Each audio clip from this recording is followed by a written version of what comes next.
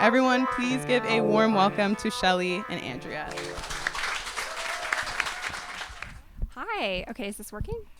Thank you, everybody, for coming. I want to say that one of the wonderful things about being an author is that I get to read books early, before the release date, and it always feels like being in on a little bit of a secret.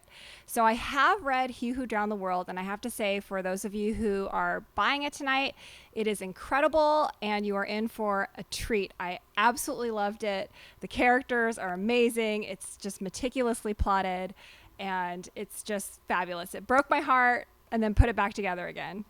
So did it though? It did. At the end. It did. I did feel like I needed a drink afterwards. but no, I adored it. Here, I'll do what you're doing with the Hello. It feels a little bit more natural. Doesn't feel like it's working. Oh, it is kind of working. Okay. Okay. So to get to the questions that I had for you, Shelley, I saw online that you thought of the idea for She Who Became the Sun back in 2012, which, you know, if we're counting, is 11 years ago. So it's been a really long journey. And I know for books, it's always like that. So I kind of wanted to hear about what that journey was like for you from idea to publication. Yeah, it's kind of embarrassing to say it took that long, because I'd like to be able to say, oh, I had the idea and it took like a year of, you know, consistent execution. But no. So it really came about through, I like to call it spite writing or rage writing, like when you're just really frustrated, like I can't find the kind of book I want to read.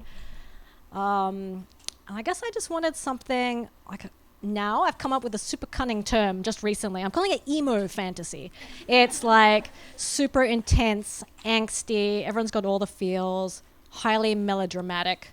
It's all about character and people just really feeling very intensely, having terrible relationships with other people. So I could not find that in the fantasy world. I could find it in romance.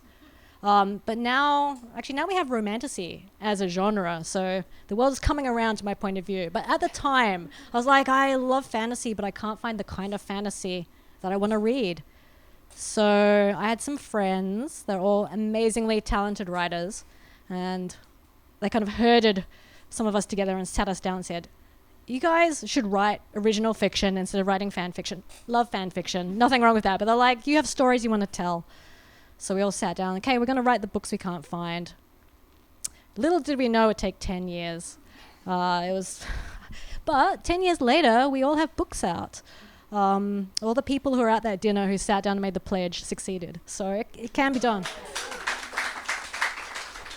And the person I was with said, if you don't know what kind of story you want to tell, just make a list of everything you love and like smish it together. And I think I got everything on that list into this book except robots, which, you know, I tried my best, guys, but it wasn't happening. That's for the next book, right? Yeah. But like on that list was like monks, eunuchs, tragic love, princes, bitter scholars, so you can kind of see, you know. You know, that's funny about you say that it's sad that it didn't take a year, because I feel like every writer that I've talked to, it's like you have an idea and it just kind of sits brewing in your brain for a while. So to me, that feels quite common. Has to percolate, yeah. Okay, so one of the things that I really noticed when I was reading He Who Drowned the World was that feeling of place that you had there. So it was incredibly atmospheric, down to the particulars of the smells and the architecture. So I'd love to hear about the research that you did before tackling that first book. So are there any books like you heavily relied upon, and how did you go about doing that research? I did do a lot of research, but I will say I didn't feel compelled to stick to historical accuracy. I always said I wanted to have it only be as accurate as your average like C-grade TV drama. Like in my head, all the gowns are polyester, everyone looks gorgeous, you know, the perfect single glycerine tear. Like we're not going to get too wrapped up in the specifics of how many buttons were in their outfits, or like, you know, I'm aware that peanuts did not exist in 14th century China, or yeah, I think that was the main thing that really bugged me. Yeah, so I did do a lot of research, but I did it in a very piecemeal way. You know, I was interested in it. I read a lot of things. I was living in Asia at the time. So I had access to the museums that, had I been in Australia, I wouldn't have access to these wonderful primary sources. I went to the Taiwan Museum, which has all of China's imperial treasures, which is an amusing FU to China. But, you got to see that and actually have a really bad imagination. Like, you'll see like a beautiful gown like laid out on a wooden rack, and it's like the actual gown that an emperor wore. But I do find it quite hard to bring it to life in my head. I actually find TV a much more useful reference. So basically, and then I also went and watched a lot of TV, and yeah, then we rolled with it. That's so funny. Yeah, because I feel like when I was reading it, I'm like, oh, I feel like I'm there. Like, it's all like smoke and mirrors. It's like, the Regency world of Bridgerton, right?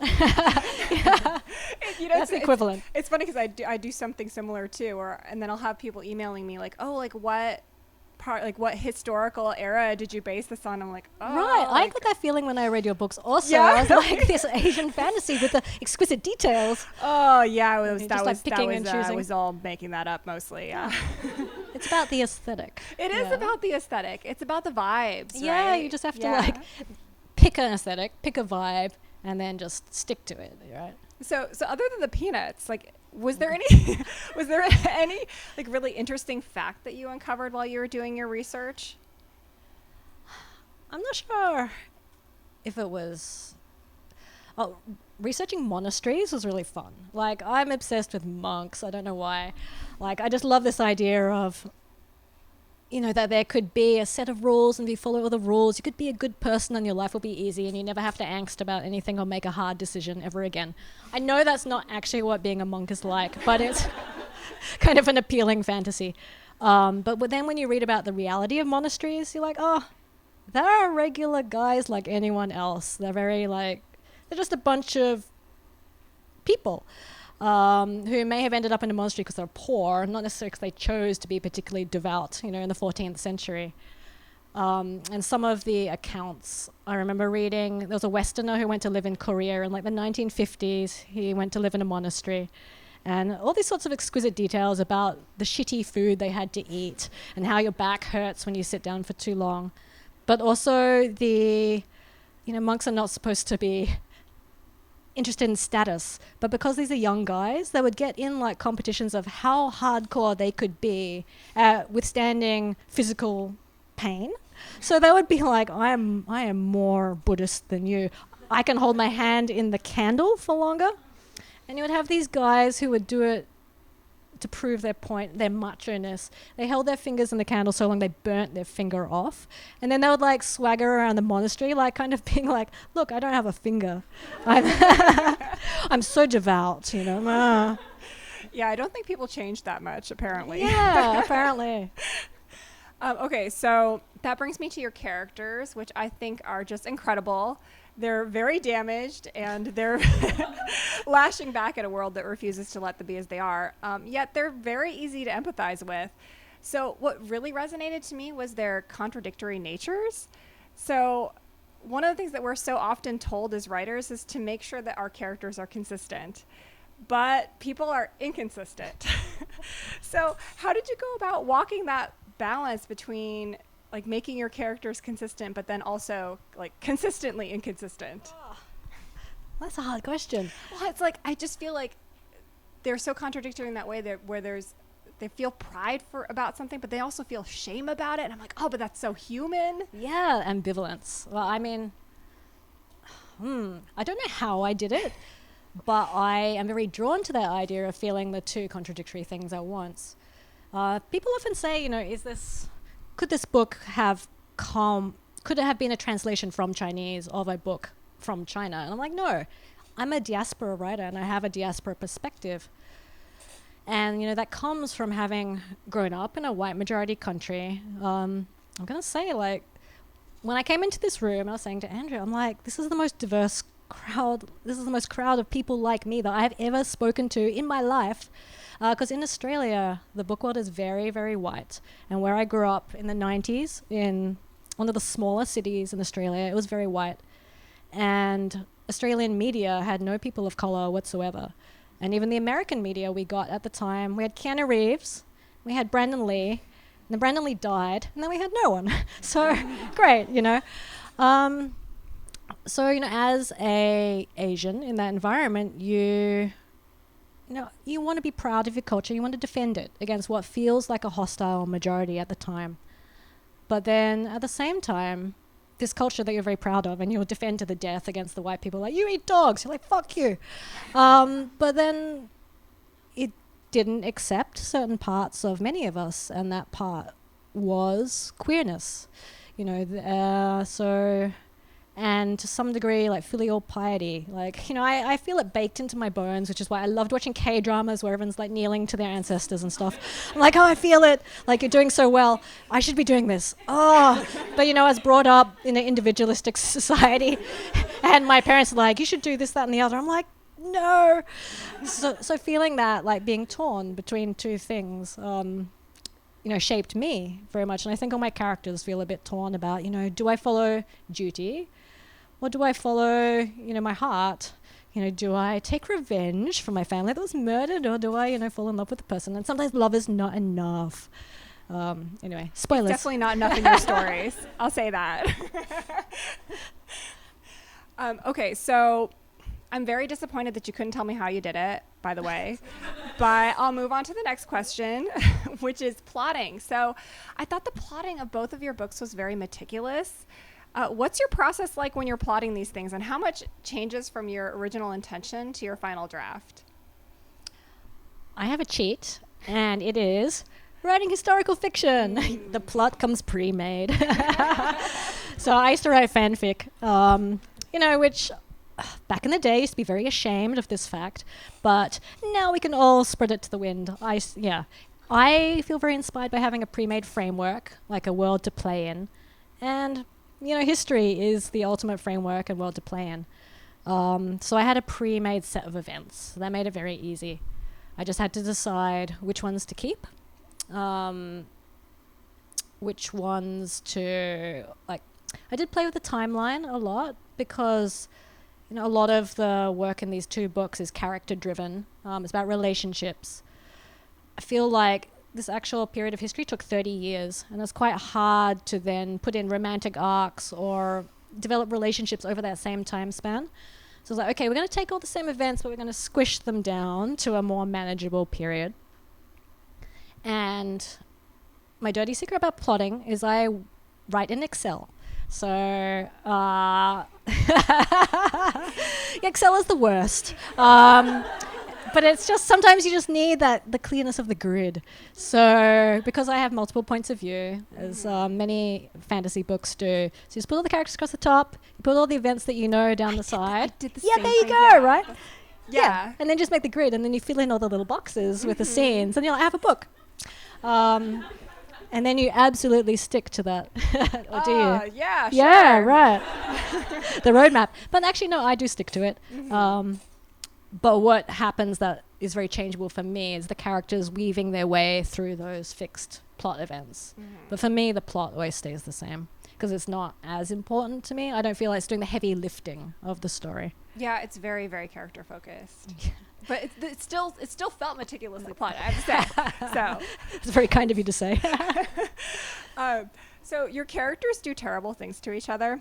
Well, the level of violence, they do. Define terrible.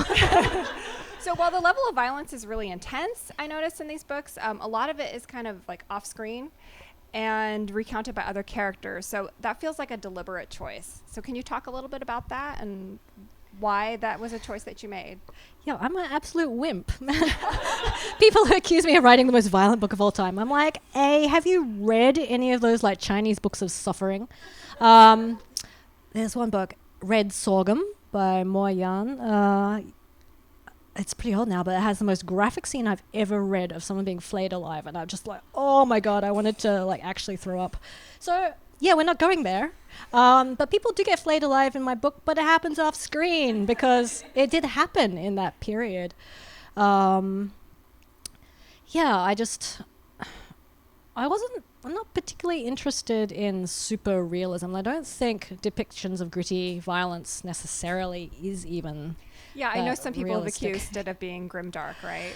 No, like grimdark has its own aesthetic, and I Yeah, it feel does. like It does. it has its own worldview. It's like this very Hobbesian kind of nature's red in tooth and claw, and life is brutish, nasty, and short, and we'll all tear each other apart.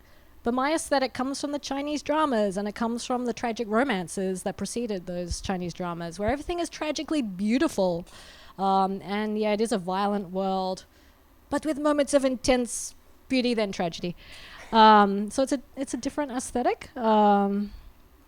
Yeah, and I mean the Chinese dramas don't hold back. One of the most influential romances I watched, it's called Scarlet Heart. It's set during the Qing dynasty. Oh yeah, the OG. It's Tong Hua, who writes those novels, was like my first influence. Anyway, so she went hard. She was like 14 princes are vying in this succession game for the throne. That's a lot Like, of people that I are going to know, be dead. but you know? she really like each of them is an individual person. They form these like little alliances that backstab and fall apart. And it's a romance actually, and it's set in the imperial palace. But there's one scene where casually the emperor just has someone steamed alive, and it's just casually inserted into a romance because that's what the palace was like. And that's why it's a popular setting for fiction, because it was life or death, man. So, but I'm a wimp at heart. I don't like battle scenes. I don't like blood. Don't like gore. So most of it happens off scene. And if you do have blood on the stage, it's kind of a little like aesthetic. I don't know. If you've read book 1, you're like, it's a beautiful pool of spreading blood. Like, let's not go into too many more details than that. Yeah, I think if you have a good imagination, though, like me, I was like, oh, I need a drink after this. That's like how I was feeling. I feel like people bring more to it than is actually on the page. Exactly, and that was one of the things I found so fascinating, because in my head, I'm like picturing all this stuff, but it's never actually. I guess like because you want to convey an atmosphere. Yeah. So It was very. fortunately, yeah. it was like successful, and like the 14th century was a pretty dark place. Yeah. But yeah, it doesn't actually have that much detail. So I'm always like, you could give this to your 17-year-old, it'd be fine. No, actually, don't give this book to your 17-year-old. Okay, so this I always like to throw in kind of a silly question. And since you wrote fan fiction before, Shelley, so the terrible things that your characters do are often a reaction to a world that has no place for them. So if you were to be kind or, well, kinder to your characters and drop them into an alternate universe, modern day high school. Kind, did you say? Kinder. What do you think they would do? Like, who would be popular? Who would be skipping class? And do you think Zoo would still be trying to change the world? Yeah, I love that question. And high school is as vicious as the Imperial Palace, I have to say. So I don't think that you're doing a kindness. Well, I have a jock. So, Essen, who's the prince. He's the hot football playing jock. I'm Australian. I'm saying football. I actually don't know what an American football jock is like. But, I'm sure you know. Probably similar. The popular guy who's hot, who everyone looks to and idolizes. And then you have his little brother, who's the black wearing angst emo child who did very well in school. Just wants to be left alone to do maths or something like that. Yeah, the trans kid, or young, who's probably been bullied within an inch of his life for being trans. So I guess it's a 90s high school, or maybe a high school in certain parts of the country or world where it's not cool. I'd like to think he gets his revenge on them, though. Yeah. Yeah. Because I'm a fanfic writer, as soon as you said that, I'm like, oh, how would this work? Maybe I should write this. But I swore I'd never write these characters again. So if you pre-ordered, or actually if you came to this event, I've written a short story. That's the last thing I will ever write for these characters. So enjoy it, because there'll be no more. And it's also slightly painful. Jew, I don't know. Oh, man. We should be an activist of some kind. Probably, yeah. I feel like Ma would be the popular kid, though, but that everybody kind of likes. She's like the sweetheart. Yeah. Like probably homecoming queen, but actually really heart of gold. Maybe more mature than everyone else.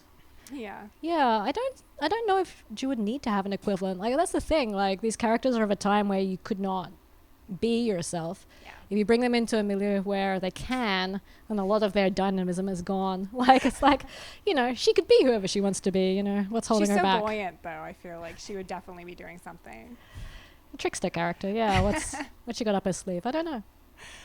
So the question I always have to ask is there any media that you're particularly enjoying these days? I'm going to give you my silly answer, and then I'm going to recommend some amazing books. But the thing I've been watching during this tour is the Netflix show Point Break, which is a tennis show, and I'm really not interested in tennis at all.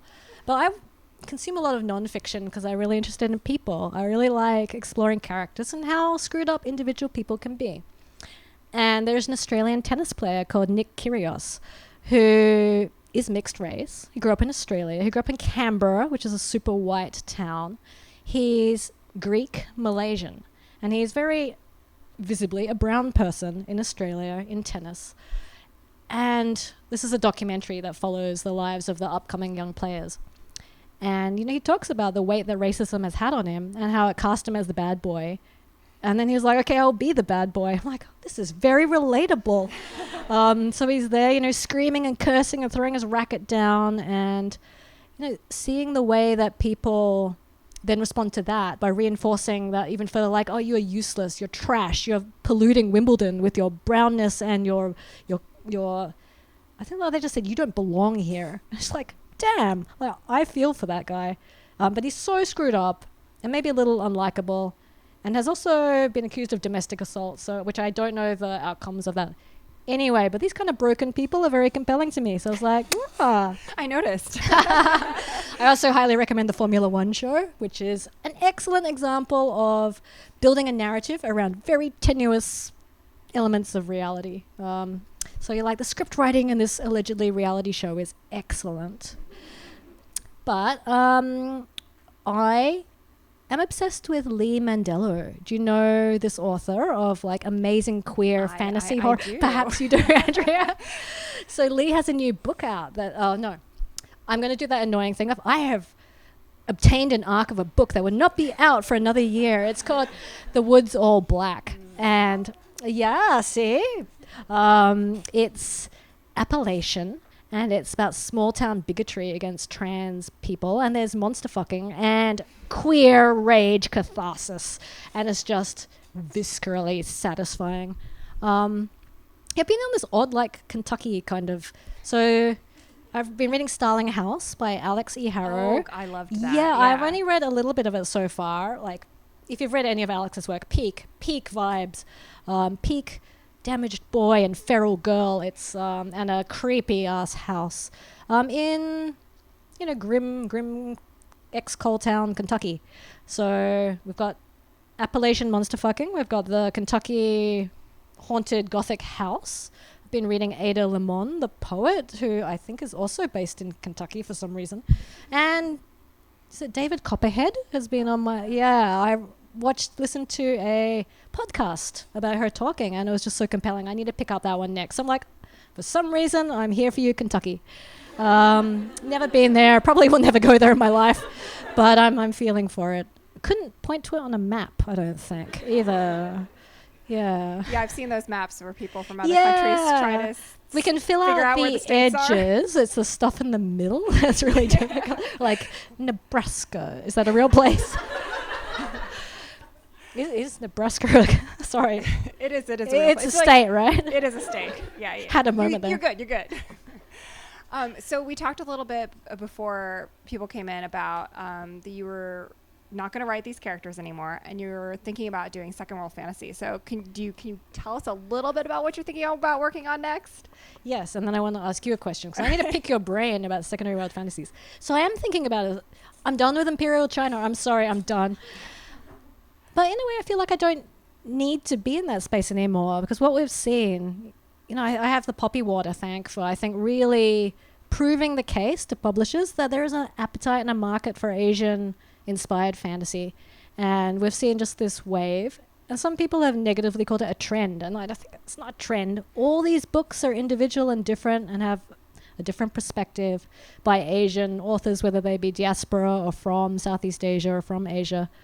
All individual stories to tell, and I think it's amazing that publishers are finally getting the idea that, hey, there's a market for this.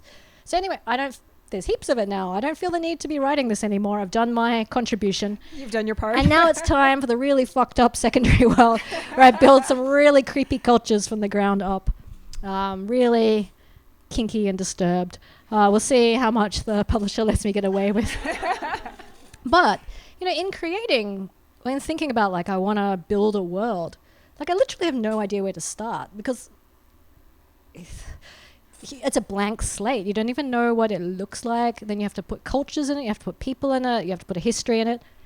Where do you start, Oh, Andrea? God. Well, I do some terrible research. I'm not a very good researcher. I just kind of take a bunch of books out of the library and just read them, and I'm like, what are the vibes that I want?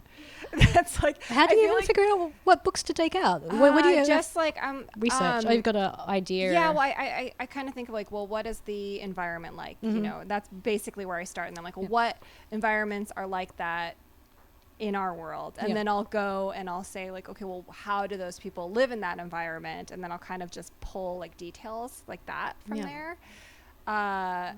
And then sometimes I'll just forget a lot of the stuff that I've read. Actually, I say sometimes, it's all the time.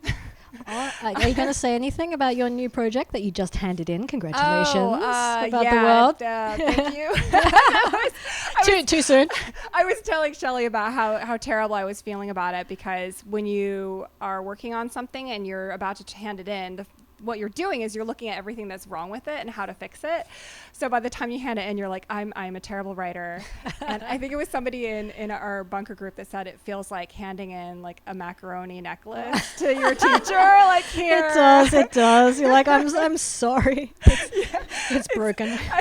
It's as good as I can make it. Oh, yeah.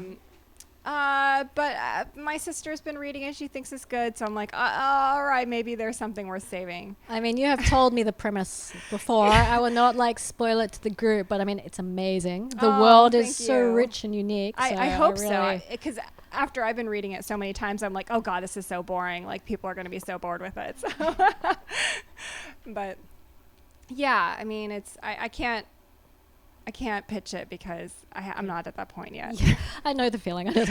We'll keep it under our hats, but it's super cool. And some of the research that you've been doing, you have like let slip here and there. Oh, but yeah. It's that's interesting. one of the things that I do that I think a lot of authors do, like you said before, is you take all the things that you're really fascinated by and then you jam them into a book, right? Cave diving, decompression disasters. Yes, exactly. Like nitrogen narcosis, which I find like fascinating and terrifying because, okay, just real quick, what happens is like when you go down deep and you're inhaling too much nitrogen, you start to get this narcosis and you feel like everything's okay, and you're like, okay, well maybe I can go deeper, and then that's like how people die. So yeah, it's fascinating. An excellent Wikipedia. I've been down this Wikipedia hole myself about 10 years ago when I was like breastfeeding my child. I read these like cave diving. Oh, there's a cave diving sequence in my book. That's what I did. Yes, I remember that. Yeah, it's completely unrealistic, right? Yeah. Oh, but I was like a little bit, but still, like I got that feeling of like that claustrophobia and that like not being able to. So that was the thing that I loved. That's why I went down that Wikipedia hole. It came in useful 10 years later. Yeah, I was like, oh, we can have a cave. How are we doing on time? Is it time for the Q&A? I don't know. What time is it? Sorry. Have we done our half hour of... Yes. Okay, it's time for Q&A. Oh, now I hear it. Oh, okay. I mean, we can just keep bullshitting amongst ourselves. I mean, we can blather forever. I could start talking about decompression disasters. Oh my goodness, that's exciting because and terrible. The submarine thing happened at just the right time. We both got obsessed with the submarine. Yeah. Sorry.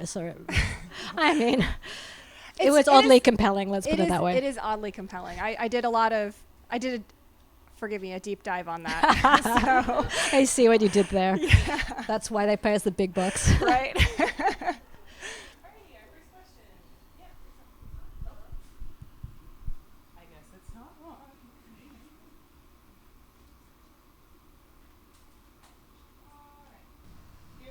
Hello? Okay, hi. Thank you so much both for being here. This is really amazing. I bought your first book, Shelley, here.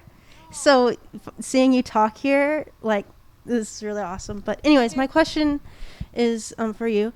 Shelley Parker Chan. I was wondering if your experience as part of a diaspora group has helped compel you to these contradicting characters and their back and forth, like how you were talking about their contradictions, and if like your work in social justice and your experience as a diaspora person has helped compel you to that or helped you write those perspectives at all. I know they're not all like very specifically like. Anyway, I don't know. Never mind. Sorry. Yeah, I mean, a lot of my characters share parts of myself, so my own experiences have gone into these characters, which is pretty bad when you my will was weak, and I read some reviews early on when this book came out, and I was like, oh, these characters are horrific. They are vile, reprehensible, irredeemable wretches they're barely even human beings. I'm like, they're all me. Oh my God. I actually think they're highly relatable. Yeah, so a lot of their, like, specifically the mixed race characters who might feel rejected from one side or the other, it's coming from my perspective. Yeah, my work in Asia, I don't know how specifically it came to bear on this writing project. I guess it must have in some way, but I didn't sort of consciously think I'm writing this book as some kind of response to how I feel like queerness in Southeast Asia was being perceived. I guess, I don't know. I mean, in the countries I worked in at the time, like Indonesia was having a huge backlash against queer people. So maybe that was, helping me think about what it's like to live in the 14th century in a place, then even was the 14th century homophobic? Like, I don't even know if it was necessarily. Maybe that's our projection back. The past must have been worse than the time we're currently living in. Not necessarily true. I mean, queer people have always existed, no matter when.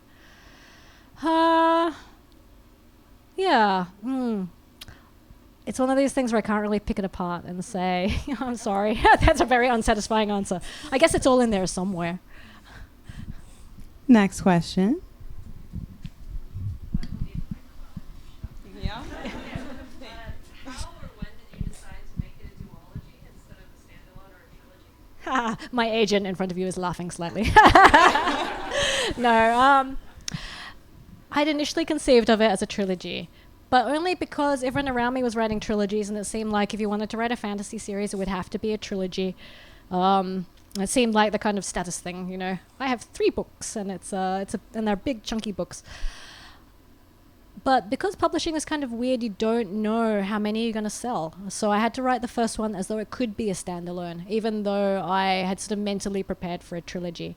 So just being like, well, if no one ever buys any more of books in the series, then at least you'll be partially satisfied. You'll never see her become emperor, but, that's the way it is.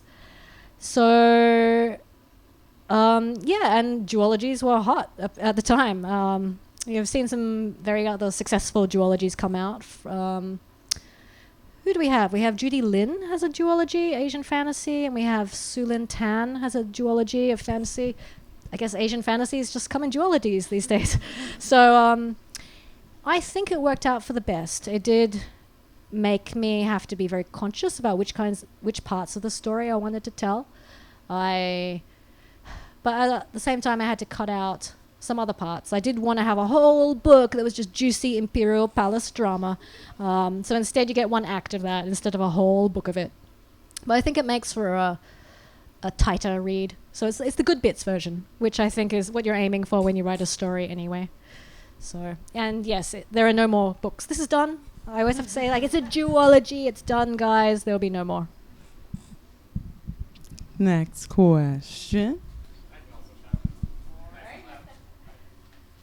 I missed a little bit of the start, but I was curious, especially since it was so close to finishing the arc of this.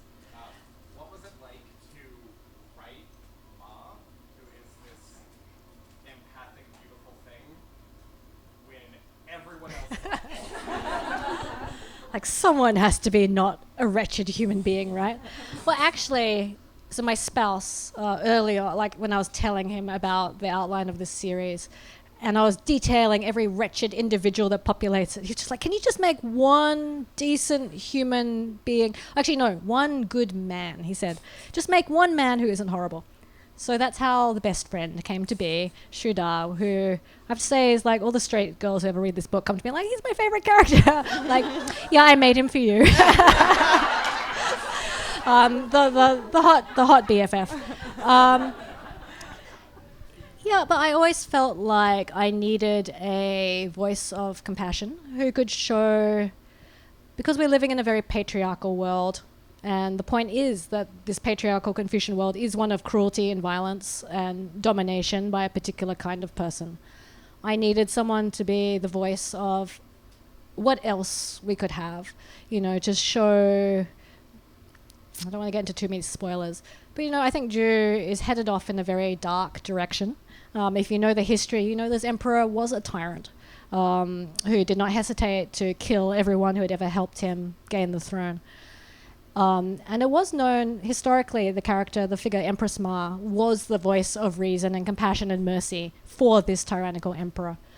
But I wanted her to be one step further in my version of it and be someone who actually encourages the creation of a world that is not the world of the real 14th century, where that emperor ruled and made, he kicked out the Mongols, but he made a world that was just as bad as the Mongols, really, if you think about it. Like, it's still a patriarchy, it's still crushing down certain kinds of people.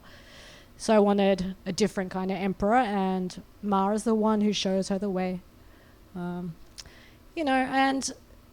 because there is more than one female character in the book, which is not always the case for some fantasies that I was reading growing up, I could have that actually be a feminine trait, because I do have other women who are not compassionate or merciful, so at least she doesn't have to be the girl who does all the things. Like, she is a girl and she does have these particular qualities that you could say are feminine. But then you have other women who are just like, I stab you in the back. So, yeah. Awesome. I think we have time for one more. Any takers? I don't think I have anything else to write here, so I don't want to yell. I was wondering if there's anything when writing the first and second book that you really wanted to put in, but wound up figuring that doesn't fit or that feels weird, or something you weren't sure about putting in that worked beautifully later. I don't think of myself as a discovery writer, but I did surprise myself with unexpected themes pop up, unexpected parallels between characters as I write the first draft. I'm like, oh, you guys are actually, you're on opposite sides of the conflict, but you're actually kind of alike in a certain way. And then I can go back in the next draft and bring out that similarity, the parallels, and lean into them. And the thing that surprised me that came up at the end was queer solidarity is really important for this book. I did have a bunch of people who are fighting like tooth and nail and tearing each other apart, and they are all queer.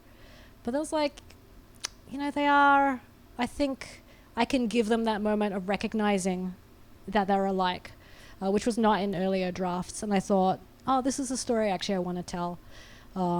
It is about, it's not quite as pat as let's all work together, and they definitely don't let's all work together, but they see a glimmer of solidarity, I think, and I think we as the modern audience can see, oh, you were so close but you missed it by a mile, but maybe that can give us the idea, like, well, reinforce what we already know, which is that when the majority is not going to change the world for you, the queer people had better do it themselves.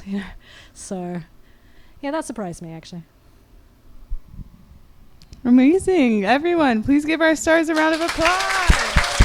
Thank you.